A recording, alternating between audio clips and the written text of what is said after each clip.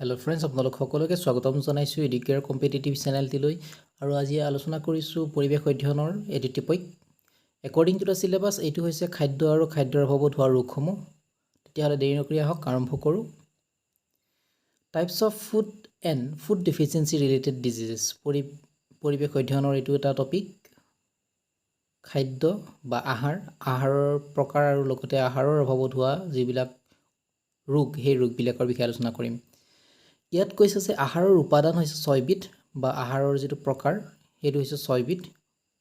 প্ৰথম উপাদান হৈছে শৰ্কৰা জাতীয়, 2 নম্বৰ হৈছে প্ৰটিন, 3 নম্বৰ চৰ্বি, 4 নম্বৰ ভিটামিন, 5 নম্বৰ খনিজ দ্ৰব্য আৰু পানী। 1 নম্বৰ শৰ্কৰা বুলি ক'লে আপোনালোকে মনত ৰাখিব, সেইটোক ইংলিছত কয় কাৰ্বহাইড্ৰেটছ। 2 নম্বৰ প্ৰটিনটোক প্ৰটিনেই কয়, 3 নম্বৰ চৰ্বিটোক কয় ফেট, 4 নম্বৰ ভিটামিন আৰু 5 নম্বৰ আছে খনিজ দ্ৰব্য আৰু পানীক মিনাৰেলছ এণ্ড ৱাটাৰ বুলি কয়। এতিয়া আমি জানিব লাগিব যে শৰ্কৰা জাতীয় যিবিলাক খাদ্য থাকে, কোনবিলাক খাদ্যত শৰ্কৰা থাকে বা কাৰ্বহাইড্ৰেটছ থাকে। আহক সেইটো জানি লওঁ। ভাত, ৰুটি, চেনি, গুড়, আলু, মিঠা আলু, ৰঙা আলু, কল, মৌ, আখৈ, চিৰা, মুড়ি, পকা কঁঠাল, পকা আম, কুঁহিয়াৰ ইত্যাদি এইবিলাকত কাৰ্বহাইড্ৰেটছ থাকে বা শৰ্কৰা থাকে। নেক্সট আকৌ প্ৰটিন জাতীয় খাদ্য কোনবিলাকত, প্ৰটিন কোনবিলাক খাদ্যত পোৱা যায়? গাখীৰ, দৈ, কণী, মাছ, মাংস, দাইল, মটৰ, মাকৈ, উৰহি, বুট, লেচেৰা, মাহ, চয়াবিন, কাঠফুলা ইত্যাদি এইবিলাকত সাধাৰণতে কি পোৱা যায়? প্ৰটিন পোৱা যায়। এতিয়া মনত ৰাখিব যে আমি প্ৰটিনযুক্ত আৰু শৰ্কৰা জাতীয় খাদ্য কেতিয়া বা কোনবিলাক খাব লাগে। নেক্সট আহিছোঁ চৰ্বি জাতীয়, ফেট। কোনবিলাক খাদ্যত ফেট থাকে বা চৰ্বি থাকে? তেল, ঘিউ, মাখন, নাৰিকল, সৰিয়হ, বাদাম, তিল, চৰ্বিযুক্ত মাংস ইত্যাদি এইবিলাকত আপুনি কি পাব? ফেট পাব। নেক্সট আহিছোঁ ভিটামিন আৰু খনিজ পদাৰ্থ। সেউজীয়া শাক পাচলিত ভিটামিন থাকে, গাজৰত ভিটামিন থাকে, বিলাহী, আমলখি, নেমুটেঙা, শিলিখা, অমৰা, মধুৰিআম, তিতাকেৰেলা, কাচকল, সুমথিৰা, পালেং, ব্ৰাহ্মী শাক, কলডিল, পচলা, কচু ইত্যাদি এইবিলাকত কি থাকে? ভিটামিন আৰু খনিজ পদাৰ্থ থাকে। মানে অৰ্থাৎ আপুনি আইৰণযুক্ত যিবিলাক খাদ্য, সেই আইৰণযুক্ত খাদ্যবিলাক আৰু ভিটামিনযুক্ত খাদ্যবিলাক হৈছে এইবিলাক সেউজীয়া শাক পাচলি, গাজৰ, বিলাহী, আমলখি, নেমুটেঙা এইবিলাক। এতিয়া আহিছোঁ সুষম আহাৰ কাক বোলে। আমি আহাৰৰ বিষয়ে গম পালোঁ, আহাৰৰ উপাদানবিলাকৰ বিষয়ে গম পালোঁ, কোনবিলাক আহাৰত কি কি থাকে আমি সেইটোও গম পালোঁ। এতিয়া প্ৰশ্নটো হৈছে সুষম আহাৰ কাক বোলে। আমাৰ শৰীৰত নিতৌ প্ৰয়োজন হোৱা আটাইবোৰ উপাদান একেবিধ আহাৰত পোৱা নাযায়। আমি বেলেগ বেলেগ আহাৰত বেলেগ বেলেগ উপাদান পোৱা যায়। চ' একেবিধ আহাৰতে একেধৰণৰ আহাৰত বা খাদ্যত বিভিন্ন ধৰণৰ উপাদান পোৱা নাযায়। আৰু আমাৰ শৰীৰক যি প্ৰয়োজন হোৱা শৰ্কৰা, প্ৰটিন, চৰ্বি, ভিটামিন আৰু খনিজ দ্ৰব্য যিবোৰ আহাৰত প্ৰয়োজনীয় পৰিমাণত পোৱা যায়, সেইবোৰ আহাৰেই হৈছে সুষম আহাৰ। সুষম আহাৰে আমাক শক্তি দিয়ে, শৰীৰৰ বৃদ্ধিত সহায় কৰে আৰু নিৰোগী হৈ থকাত সহায় কৰে। সুষম খাদ্য নাখালে মানুহৰ শৰীৰত প্ৰয়োজনীয় উপাদানৰ অভাৱ হয়। এবিধ বা ততোধিক উপাদানৰ অভাৱত শৰীৰৰ বেমাৰৰ সৃষ্টি হ'ব পাৰে। দীৰ্ঘদিনৰ বাবে উপাদানৰ অভাৱত শৰীৰত হোৱা বেমাৰকে অভাৱজনিত ৰোগ বুলি কোৱা হয়। এইটো কোৱা হয় ডেফিচিয়েঞ্চি ডিজিজ। এই ডেফিচিয়েঞ্চি ডিজিজটো কি হয়? আপোনাৰ যদি শৰীৰত কিবা এটা উপাদান কমি থাকে, ভিটামিনেই হওক বা খনিজ দ্ৰব্যই হওক বা পানীয়েই হওক, তেতিয়াহ'লে আপোনাক কোৱা হ'ব ডেফিচিয়েঞ্চি ডিজিজ বা অভাৱজনিত ৰোগ।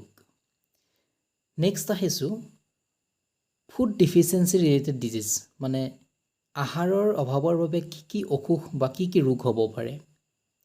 আমাৰ খাদ্যত প্ৰয়োজনীয় উপাদানসমূহ যদি সঠিক পৰিমাণে নাথাকে, তেতিয়াহ'লে আমাৰ বহুতো অভাৱজনিত ৰোগ হ'ব পাৰে।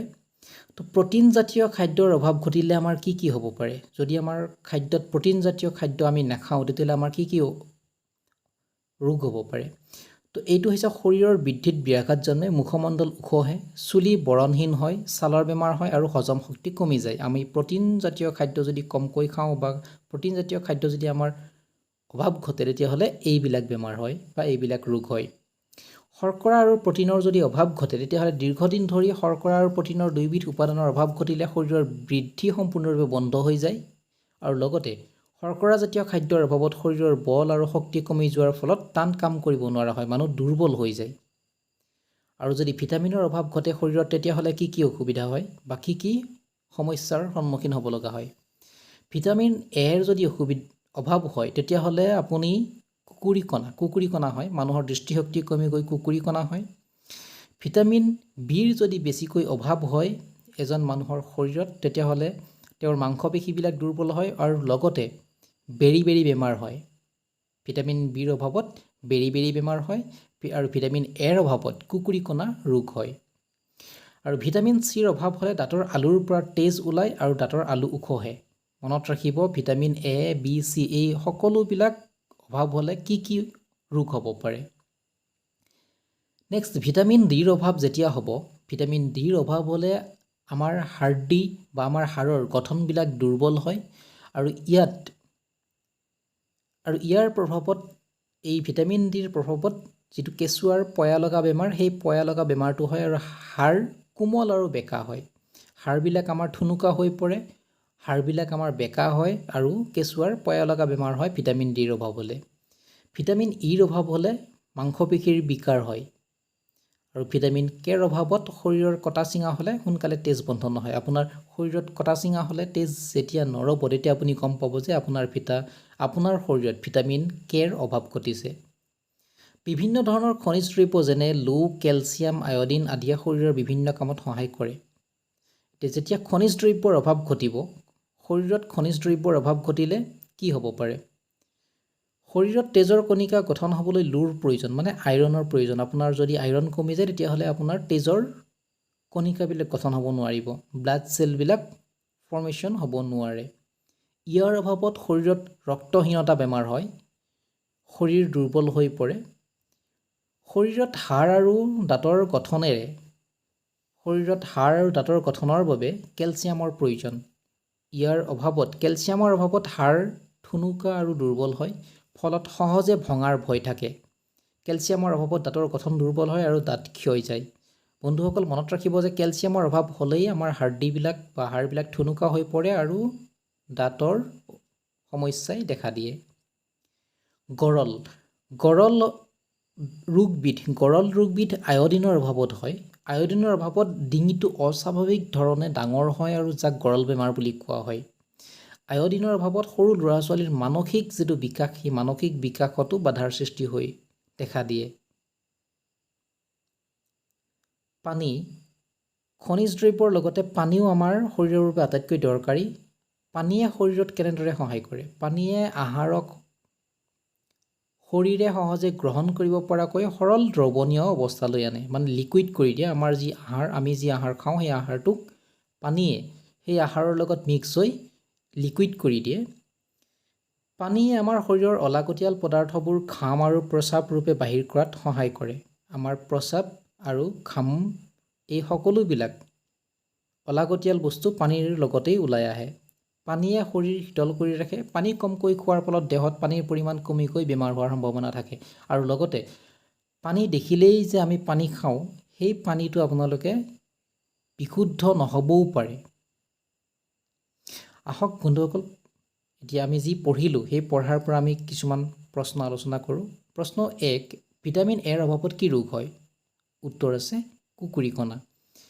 প্ৰশ্ন 2, বেৰি ৰোগ খাদ্যৰ কোনটো উপাদানৰ অভাৱত হয়? Vitamin B. Question number 3, vitamin চিৰ অভাৱত কি ৰোগে দেখা দিয়ে? উত্তৰটো হৈছে দাঁতৰ আলু ওখ হয় আৰু তেজ ওলায়। 4 নম্বৰ প্ৰশ্নটো, কিহৰ অভাৱত পয়া লগা ৰোগ হয়? আমি অলপ আগতেই আলোচনা কৰিছোঁ যে কিহৰ অভাৱত পয়া লগা ৰোগ হয় বা হাড়ৰ সমস্যাই দেখা দিয়ে, হাড় ঠুনুকা হয়। উত্তৰটো হৈছে ভিটামিন ডি। ভিটামিন ডিৰ অভাৱত শিশুৰ পয়া লগা ৰোগ হয়। ভিটামিন চিৰ অভাৱত দাঁতৰ আলু ওখ হয় আৰু তেজ ওলায়। ভিটামিন বিৰ অভাৱত বেৰি ৰোগ হয় আৰু ভিটামিন এৰ অভাৱত কুকুৰি কণা ৰোগ হয়। নেক্সট আহিছোঁ কুৱেশ্যন নম্বৰ 5 নম্বৰ প্ৰশ্ন, শৰীৰত হাড় আৰু দাঁতৰ গঠনৰ বাবে প্ৰয়োজন ডেছৰ? হাড় আৰু দাঁতৰ গঠনৰ বাবে প্ৰয়োজন হৈছে কেলছিয়ামৰ। গৰল বেমাৰ হয়, কিহৰ অভাৱত গৰল বেমাৰ হয়? গৰল বেমাৰ হয় আয়ডিনৰ অভাৱত। আৰু মানসিক যিটো বিকাৰ বা মানসিক যিটো বিকাশ, সেই শিশুৰ মানসিক বিকাশতো আয়ডিনে প্ৰভাৱ পেলায়। কাঠফুলা এবিধ ডেছ খাদ্য। কাঠফুলা হৈছে এবিধ প্ৰটিনযুক্ত খাদ্য। প্ৰশ্ন নম্বৰ 8, ল'ৰা-ছোৱালীৰ মানসিক বিকাশত বাধাৰ সৃষ্টি হয় ডেছৰ অভাৱত? শুদ্ধ উত্তৰটো হৈছে আয়ডিনৰ অভাৱত। বন্ধুসকল, ভিডিঅ'টি চাই কেনে পালে জনাবলৈ নাপাহৰিব আৰু লগতে এনেধৰণৰ ভিডিঅ'সমূহ পাই থাকিবলৈ আপোনালোকে চাই থাকিব এডুকেয়াৰ কম্পিটিটিভ চেনেলটি। Thank U.